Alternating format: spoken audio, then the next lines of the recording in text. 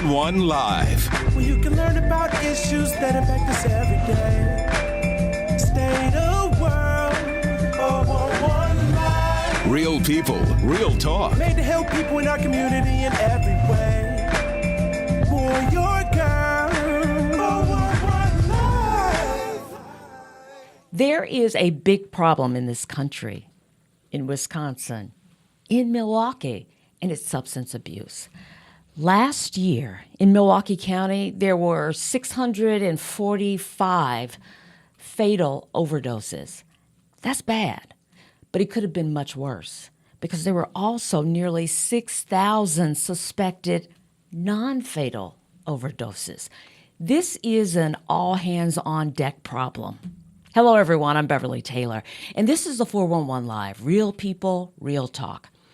My guest today is embracing this challenge by spreading awareness, by helping those who are trapped in the cycle of addiction, and she's doing that based on lived experiences. So I want to introduce you to her. My guest today is Tahira Malik. She is the founder and owner of Samad's House, and it's a sober living for women. Sober living home for women. I mentioned the 650 fatal overdoses.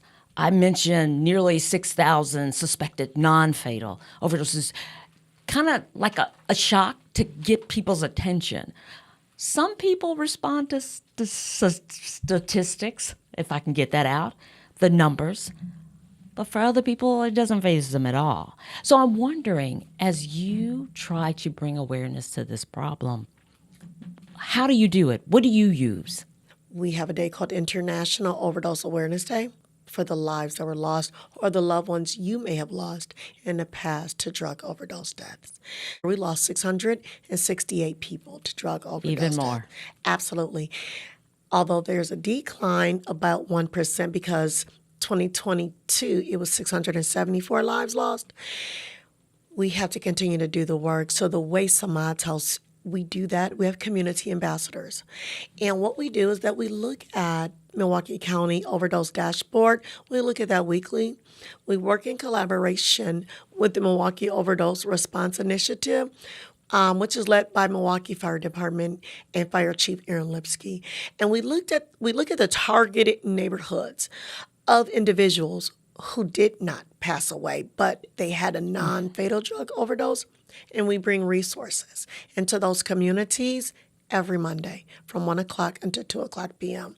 And when I say resources, I'm saying bringing resources and educational materials to let them know that there's a lot of individuals who are passing away from a drug overdose just because the drug supply has been tainted with fentanyl.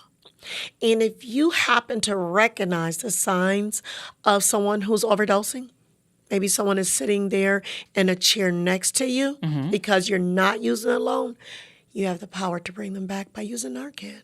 And this is how you use Narcan to bring a life back.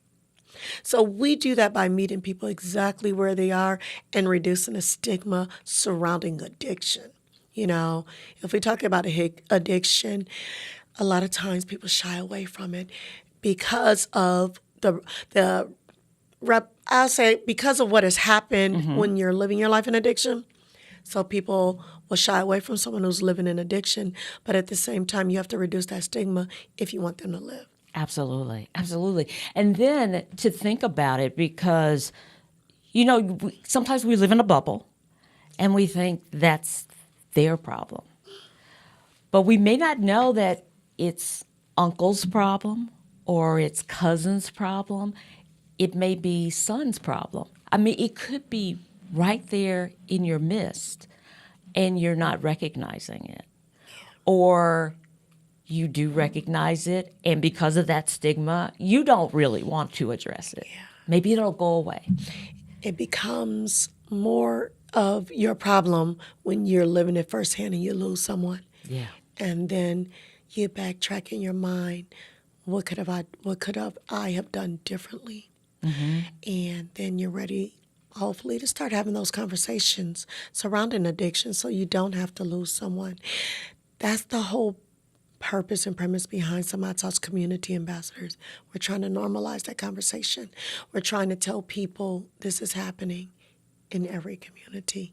No one is exempt from addiction. It doesn't matter your class. It doesn't matter your race. It doesn't matter your age.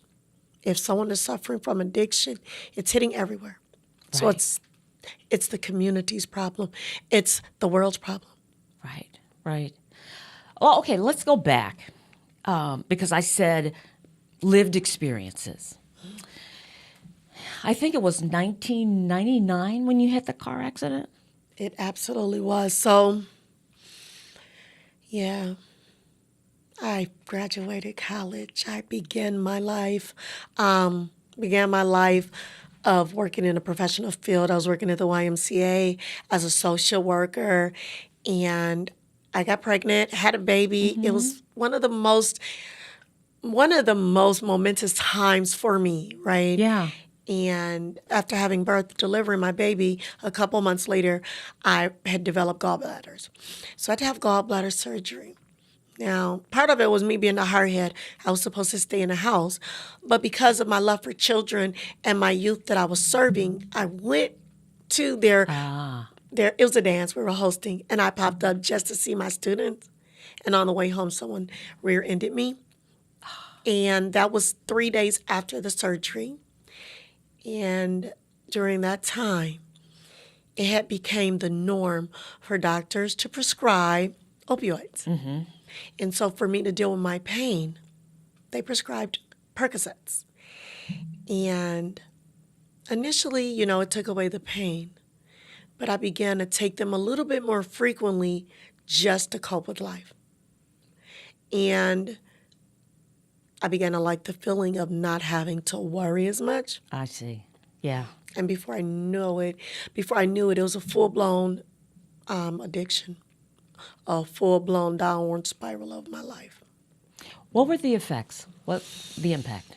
The impact. Losing my home. You lost your home. Lost my home.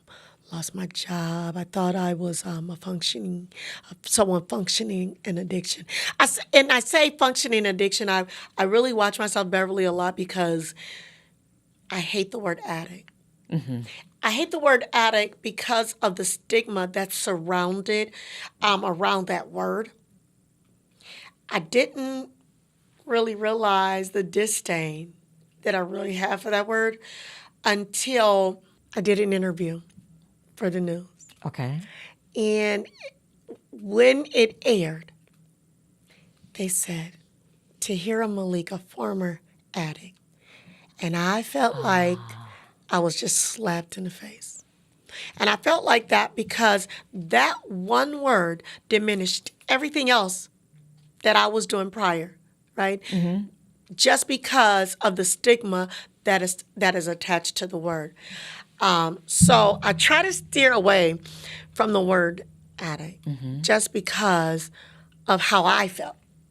I'm really mindful of how the words that I use because I don't want to trigger someone else by the words that has been used, in a negative sense in the past. So I don't like the word addict. I like to say people who were in addiction. People who were in addiction. Mm-hmm. Okay. Yeah. Or when they say a former addict, well, that's someone who's in recovery. Why can't we just say that? Okay. So when we go back and we say, what did I lose? First of all, I lost my sense of integrity and respect. I no longer respected who I was. So we began with the values that were instilled in us. Mm-hmm. You lose that. Once I lost all of the values that my parents instilled in me, the physical things came next. And that's a house, that's a job, that's a car. I was really blessed because I have two parents who were there and very supportive, so I didn't lose my children to the system, to Child Protective Services. Because they stepped in. Because they stepped in and they assisted. When I lost my home, I came back home to my parents. So, okay. That was your safety net. Absolutely. My parents have always been my safety. Yeah, I'm glad you have them because a lot of people don't have that safety net. Absolutely. We see it every day. Yeah, I guess that Samad's house picks up a lot of those people who don't have that safety net. We work with them. You work with them. We don't pick them up. We walk alongside of them. Okay. To let them know the power that they do have within themselves. And just because something happened in their life to lead them into addiction is not a life sentence. Right. You can rebuild. And what we're learning, which is pretty evidence-based, is that people just need that sense of belonging.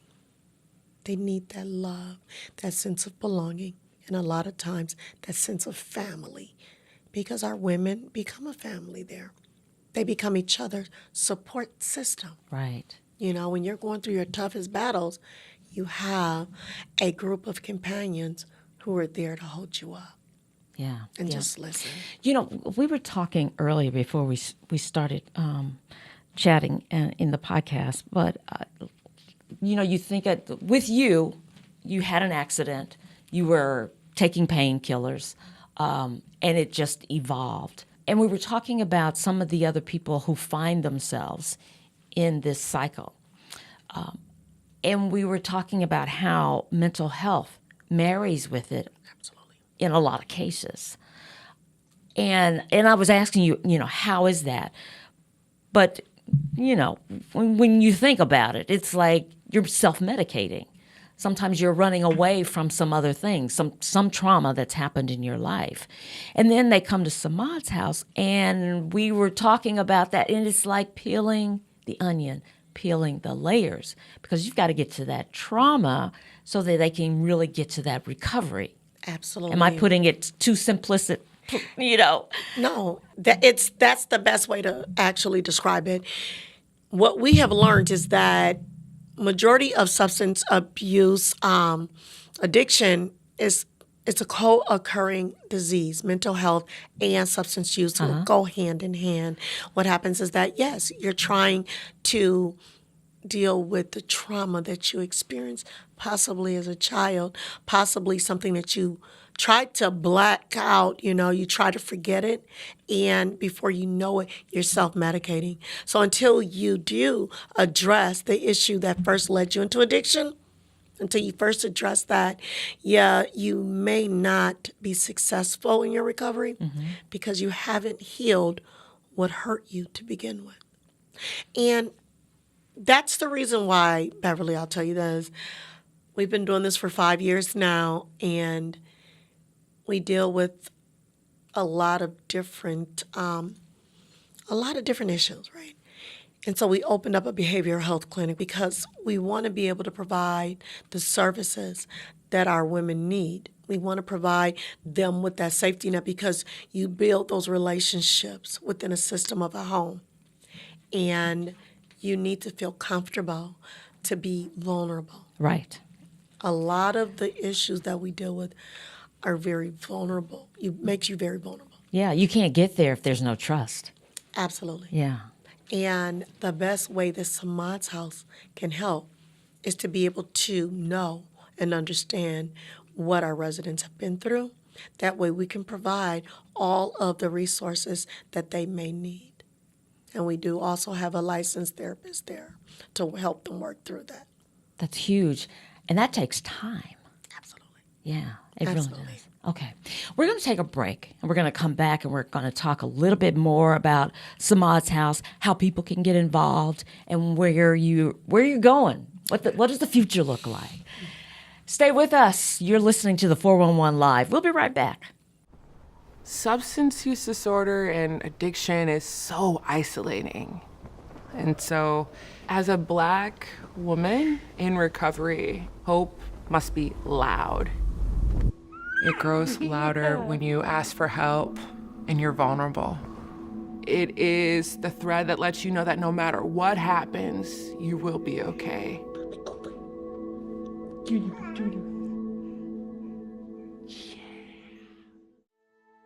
We come from a long line of farmers, and there's a sense of pride, but there's also a significant amount of pressure. Farmers have to take care of their physical and their mental health, because what's a farm without a farmer? Watching the sun come up, that's my time. I can have a cup of coffee, and every day's a new opportunity. That's cool. Yay! Don't forget to check in on yourself. Love your mind. Everyone has a ritual, that small thing to keep us focused. A habit we never skip, to clear our minds and elevate our performance. But what do you do to keep your head in the game? To drown out the self-doubt and support your mental health. Because being your best isn't just about taking care of your body. It's about taking care of your mental health. Discover the resources that you need to keep your mind focused and your mental health a priority. Welcome back to the 411 Live. My guest is Tahira Malik. She is the founder and owner of Samad's House, a sober living home for women. And let me just backtrack before I get to future plans and what people can do, which I really want to get in there. But let me backtrack to your addiction. You said when we were in the break, 16 years, which shocked me. I didn't realize it was that long. And you were saying that what helped you was being incarcerated. Absolutely. That was kind of the pivotal moment. Explain that. 16 years, Beverly. First off, yes, I'm old. You look very young. Let me tell you, you look good, girl. I will start there and say, yes, I'm old. I've been in recovery now for 12 years. I was addicted during the opioid crisis. You know, you hear about the opioid litigation funds, you know. And if anyone had an opportunity to watch on Hulu, Dope Sick with Michael Keaton, I watched that series, and it actually explains exactly what happened during that time. So you began taking the Percocets. You like how they feel. You go back to the doctor, and the doctor say, well, I see that you're taking them more frequently. Here, try the Oxycontin. It will last for 12 hours. So then you start taking the Oxycontin, and it doesn't last 12 hours. In 2 hours, you are now feeling this an exuberant amount of pain. So then you go back to your appointment and you say, well, doctor, that 10 milligram Oxycontin is not working all day. Oh, well, let me give you a 20 milligram Oxycontin. That'll last longer, but for the breakthrough pain, here, just take the 10. So now they're prescribing pills on top of pills for your pain, and that's how so many people was full-blown in addiction to opioids. Yeah. So when you don't have the pills, and, you know, if you know all about the litigation that has happened with the opioid settlement funds, then they snatch away your prescriptions and you're in full-blown addiction, and then you turn to street drugs. Gotcha. So for 16 years, I was in full-blown addiction to opioids, to the Oxycontin, to the oxycodone, to the morphine pills. It was just absolutely horrible. It's a terrible way to live. How did you end up being incarcerated? So, as I was stating earlier, when you're addicted to substance, you make questionable decisions. You know, I say you lose all sense of your integrity, respect, and honor. And I did some crimes just to support my habit. And there are repercussions and consequences to breaking a law.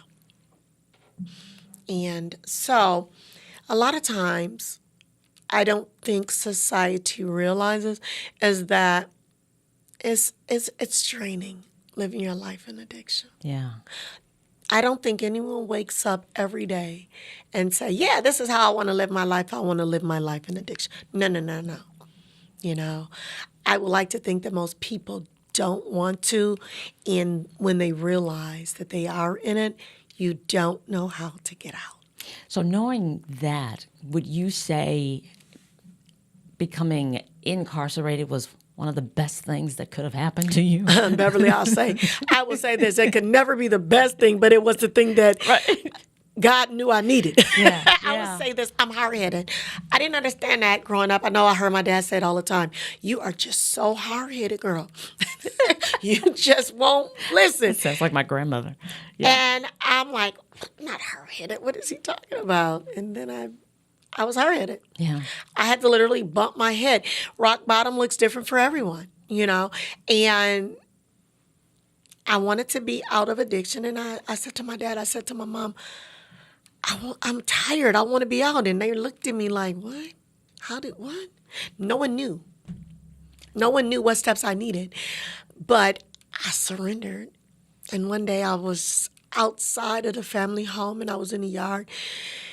And I just started praying. Yeah. I'm like, God, if you just get me out, I'm tired. I'm so tired of living my life like this. If you just get me out, I promise you I won't go back. And he got me out, Beverly. Mm-hmm. He got me out. I may not like how he got me out, but he got me out. And I had to sit down. It's now called CRC. In those days, it was called the House of Correction. Mm-hmm. I did 13 months there. And I was able to I was able to begin rebuilding my life. For me, it was so many other women there with me who hadn't been in recovery 20, 30 years. They were in recovery like me, and we became each other's support system. We started eating healthy, and we started exercising. Sometimes it's the strangest places that you find that companionship and you find that strength. Yeah. And for me, it was there. These women, we worked together as a community to keep each other uplifted. Right. And because I had a little bit longer time than a lot of those women, they were released early. And within a week, they came back. And I'm like, why are you back here? We just put in 6 months of training of rebuilding our lives. When I say rebuilding our lives, I mean physically, mentally, and spiritually. We were working together. So how come you're back here? My thought was, I'm just trying to get home. You guys are back. And they said, well, you know what? I didn't have anywhere else to go. I went back into the same house. Where else was I supposed to recover at? Everybody else there were doing it. Right. And back in that same environment. Absolutely. Yeah. And that's where I sat down and I wrote a business plan to open up a house for women who really, truly want to rebuild their life after addiction. And initially, it was going to be called Malik's House because I love my last name. And you get home, you come home, and had 3 babies, 3 girls. And the only thing that was on my mind after coming home was providing my daughters with a safe environment. I needed a home. I needed a job. I needed a car. I just needed the basic necessities for my family. I hadn't had my own home in years. Yeah. I hadn't really worked responsibly in years. So now I have all these new foundational skills, and I'm trying to put everything to work. That first year, it was 2013, I lost my cousin to a drug overdose. That was like, whoa, he was a couple years older than me. 2017, I lost my uncle, who I stayed with sometimes when I was in addiction. I was working for the Brady Corporation. I'll never forget getting that call. I was like, wow, wait a minute. It hit hard, right? Yeah. 2018 came, and that's when I lost my best friend, 39 years old. She and I, we were raising our children together. We were always together. Even though I was in recovery, and even though they still lived their lives in addiction, they didn't bring that around me because I still checked on the people that they were my loved ones. Yeah. And she was a beautician. So every Friday, I would go to her home and she would fix my hair, but she never would do anything. She never, I would never see her using any drugs around me, just because I had a saying with my uncle. I would say, my 20s were wonderful. My 30s have been absolutely miserable. I said, but by the time I'm 40, I need to have my life back together. And when I say my 20s, I mean my early 20s. Got out of college, had my child. And when I came home and I started rebuilding, my uncle would always say to me, well, baby, you told me you were going to rebuild your life by your 40s, and you did it. I am so proud of you. Oh, wow. They would be, this is good stuff, so they would never do anything around me. So losing them was heart-wrenching for me. But losing my best friend, my God, I took that the worst. Okay. So that propelled Samad's House. Now, how can people help? How can people help? We have a community collective. And a community collective is comprised of the Milwaukee Overdose Response Initiative, Community Medical Services, WCS, Samad's House, Street Angels. It's comprised Legal Action of Wisconsin. We all go out one Monday on the north side, the next Monday on the south side. We hit the targeted neighborhoods that have the most disproportionate resources. All they have to do is, number one, become a follower of Samad's House Facebook page or Instagram page, because we always have the community collectives and where we will be. Or they can call 414-312-7600. Or they can email us at Samad's House, samadsoberhouse@gmail.com, and say, hey, I'm interested in volunteering or bringing my organization as part of the community collective, because we are also committed to the cause of mental health, mental wellness, and substance use prevention. And we're just going to provide a safe space for anyone who have lost their loved one to be able to just share in that space and speak about it, because a lot of times it's hard to speak about the loss of your loved one if you've been trying to hide behind not wanting to be stigmatized that, oh my God, my sister, my brother, my child, they did overdose. Yeah. There should be no stigma attached to that. Absolutely. No one says, I'm going to take a drug because I'm ready to go. You're just trying to escape your problems. Tahira, I thank you because, you know, in talking, you're letting people know if they are in the cycle of drug abuse, they're not alone. And if they have a loved one, that is, they're not alone. Absolutely. You know, there are people here who have gone through lived experiences, and there's help for them. Absolutely. No matter who they are. And if they're in addiction, they have a line that you can call so that you don't use alone. It's so important to save lives. Absolutely. That's the goal. Yeah. We're trying to save lives out here, right? And we have to talk about it. The only way we can save lives, we have to be open and we have to talk about what the real issues are, right? Absolutely. And we have to say there is help available. And you're not I talk to my children because we've made this a family business, breaking generational curses.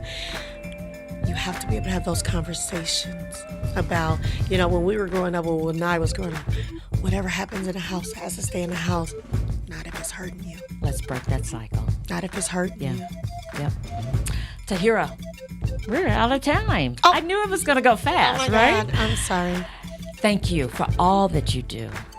And thank you for sharing your story and being so transparent. This has been a great conversation. Thank you for having me. Oh, Thank you for absolutely. having me. I'm so glad you came. And thank you for joining us. This is Tahira Malik, founder and owner of Samad's House, and you've heard where you can go to help, so I encourage you to do that. And thank you for listening to another episode of the 411 Live. We are a nonprofit organization. If you'd like to partner with us, go to the 411live.org, and you can help us out. Until next time, I'm Beverly Taylor, and this is the 411 Live. Real people, real talk.